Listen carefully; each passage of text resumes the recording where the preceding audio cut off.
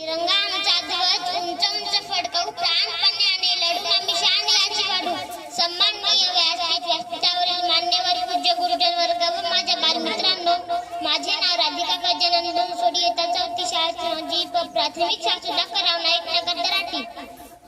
26 जानेवारी हा दिवस संपूर्ण भारतात प्रजासत्ताक दिन म्हणून साजरा केला जातो. भारताच्या प्रत्येक नागरिकाच्या दृष्टीने हा सर्वात मोठा व महत्त्वाचा सण आहे. प्रजासत्ताक म्हणजे प्रजेच्या हाती सत्ता असणे. 15 ऑगस्ट 1947 ला भारताला स्वातंत्र्य मिळाले, परंतु राज्यकारभार करण्यासाठी भारताला स्वतःचे संविधान नव्हते.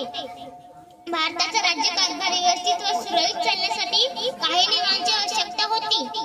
या कारणास्तव संविधान सभा स्थापना करण्यात आली.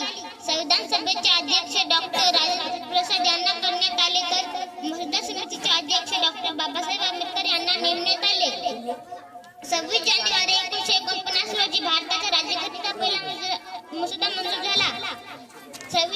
संविधान